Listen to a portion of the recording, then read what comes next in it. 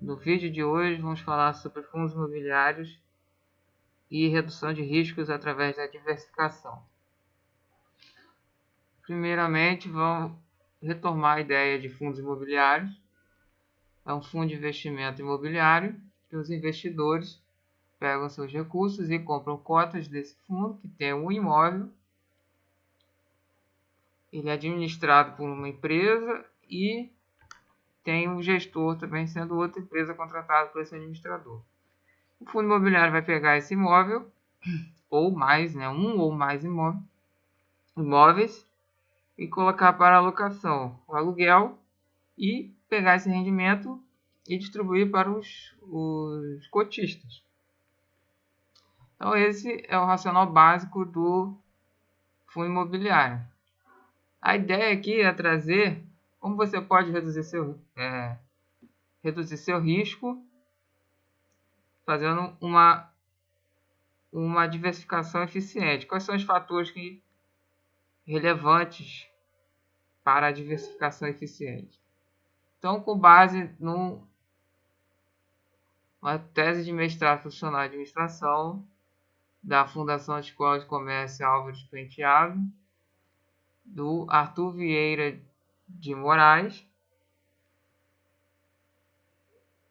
Ele tem até um canal no YouTube, quem quiser pode procurar pelo nome, você vai achar, ele comenta bastante sobre fundos imobiliários. E com base nessa tese de mestrado, peguei alguns pontos importantes aqui destacados, com curiosidades e a conclusão do teste que ele chegou, onde nós veremos qual é o fator determinante para a diversificação até para o pequeno investidor. Aqui ele vem, que é interessante como curiosidade, que no Brasil foi criado em 1993 os fundos imobiliários, e eles foram como inspiração o Real Estate Investment Trust, os REITs americanos, para quem investe no exterior já conhece, e para quem não conhece, o REIT nos Estados Unidos tem mais a configuração de empresa, mas também a ideia é a mesma, pegar ativos imobiliários, gerar renda e distribuir essa renda. A essência básica dos fundos imobiliários e desses REITs é essa: imóveis, gerar renda e distribuir. Aqui outro ponto importante é que os fundos imobiliários reúnem características do tradicional mercado imobiliário com a agilidade e o dinamismo do mercado de capitais. Ele uniu o fundo imobiliário, um instrumento financeiro que reuniu essas duas características, a característica do mercado imobiliário e as características dos mercados de capitais. A outra questão que achei interessante, essa tabela aqui que consta na tese de mestrado do Arthur Vieira de Moraes, e ele traz aqui, país, sigla e a criação desses fundos imobiliários e equivalentes. Perceba que os Estados Unidos é o mais antigo em termos de criação, foi em 1960, e todos os demais são os equivalentes dos REITs nos seus respectivos países. O Brasil foi criado em 1993. E aqui vem a característica da distribuição de lucros. Como eu falei, a essência é pegar o imóvel, gerar renda e distribuir. Vejam que todos têm uma legislação que obriga um percentual relevante de distribuição. Destaque aqui também Grécia, que tem 35%, e Chile, 30%, que foge um pouco do racional do instrumento, que é gerar renda e distribuir a maioria da renda. Você tem aqui alguns na Holanda, 100% do lucro líquido. Então a ideia é essa aqui.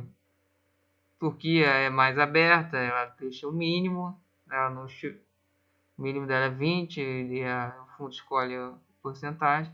Mas o racional é esse, um percentual que ele é obrigado a distribuir, um percentual relevante, e caracteriza a geração de renda e distribuição dessa geração de renda.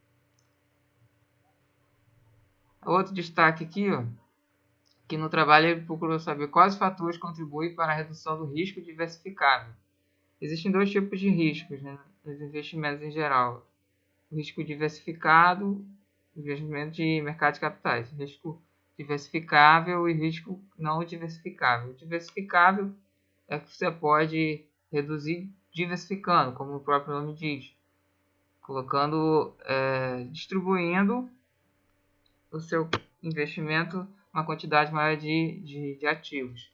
E o não diversificável é o risco de mercado, do sistêmico, ou seja, são as crises que podem ocorrer e todo o sistema sofre uma redução dos preços. O exemplo, Covid-19, atualmente atinge a todos os elementos do mercado de capitais, por isso que é sistêmico, também chamado de sistêmico e não sistêmico. O sistêmico é o não diversificável e o não sistêmico é o diversificável. Justamente o sistêmico é não diversificável porque todos os ativos estão dentro desse sistema. Então não tem como diversificar. Se atinge a todos, você vai ser atingido, como foi o caso da Covid. Ou seja, é um risco sistêmico, todo o sistema sofre isso, e não diversificável, porque não tem como fugir, vai atingir a todos. E nós estamos olhando aqui o risco diversificável, ou seja, não sistêmico, é daquele elemento, é daquele ativo. Por exemplo, o mais simples de exemplo são os riscos de setores. Quando você pega um fundo imobiliário, você tem o setor, tem o hotel, você tem o setor que tem logística, você tem o setor de shopping. Então, cada um desses setores tem o seu risco próprio. Então, você consegue diversificar. Você vai ter um risco para shopping, que não é o mesmo risco para hotel, que não é o mesmo risco para logística, que não é o mesmo risco para hospital. Então, você consegue diversificar. Esse é o racional. E aqui apontando que o estudo foi feito em 2015. Mas essas conclusões são relevantes até o presente momento, dado que são análises estatísticas. Então ele viu aqui que as variáveis de tamanho foram estatisticamente significantes. Então a conclusão é que o tamanho dos fundos é fator determinante para a diminuição do risco diversificável dos FIIs listados nas bolsas de valores.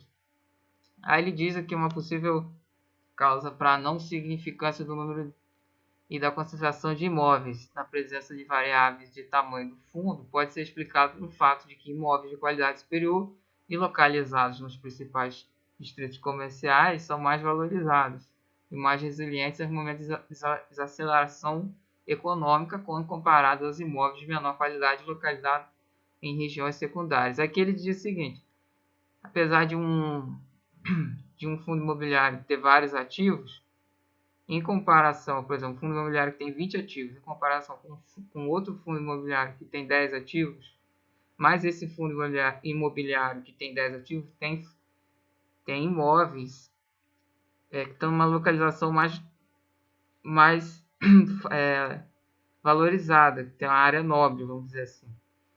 Por exemplo, tem um fundo imobiliário que tem ativos em áreas nobres em São Paulo, comparado com um fundo imobiliário que não tem ativos em áreas nobres de São Paulo. Ele diz o que? Apesar de, por exemplo, esse de 10 ativos que eu dei exemplo, tem fundos em áreas nobres de São Paulo. E o outro de 20 tem ativos em áreas nobres de São Paulo. E o outro de 20 não tem ativos em área nobre de São Paulo. Então, como o de 10 tem imóveis em áreas nobres, quando vier uma crise, os imóveis que são de área nobre normalmente demoram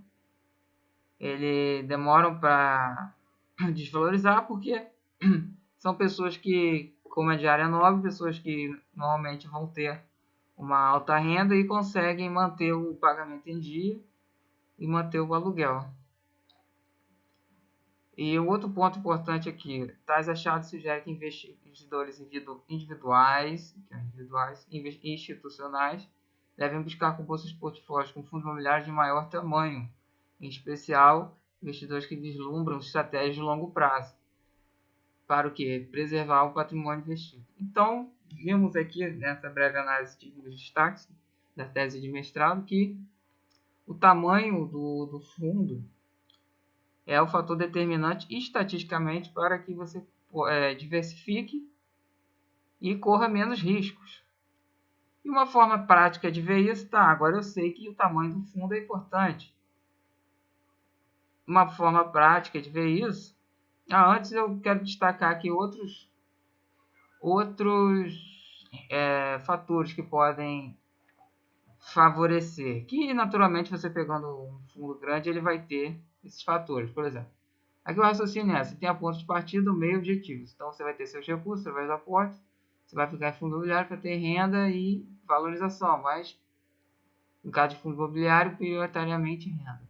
Quais são os riscos? É não ter a renda e nem valorização suficientes com o que você estava planejando. Então, uma forma de mitigar é a diversificação.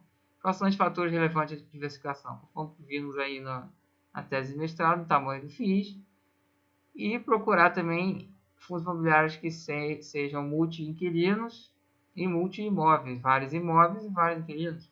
Isso é uma questão assim, racional da questão de se ter um fundo com 20 imóveis e 20 inquilinos, a chance da renda dele diminuir por desistência de inquilinos ou outras razões é menor do que um de 10 imóveis e 10 inquilinos. Se 5 inquilinos deixam de pagar no de 10 imóveis, você perdeu 50%. Se 5 inquilinos deixam de pagar no de 20 imóveis, você perdeu 25%. Então esse é o racional.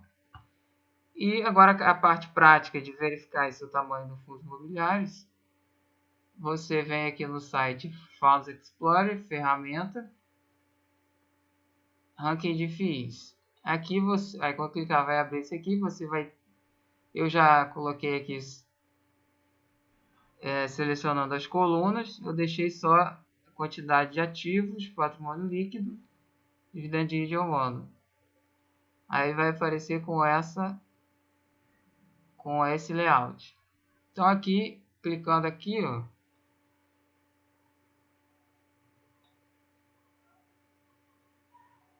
ele vai organizar por tamanho. Aqui já está.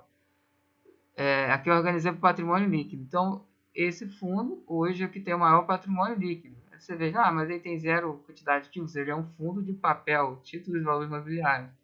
O segundo, KNRI, tem 3 bilhões de reais. E o fundo híbrido tem 19 ativos. O KNRI, salvo engano, é laje corporativa e galpão logístico. O terceiro maior fundo é o título de valor imobiliário, também fundo de papel, 3 milhões. Então por aqui você já tem a noção de alguns fundos que você pode começar a estudar e que pelo tamanho, você viu com base naquele estudo, que é um fator determinante para a diversificação. Então, obrigado holders, esse foi o vídeo de hoje. Obrigado, curtam, comente, compartilhe, se inscrevam e acione o sininho para receber notificações. Obrigado.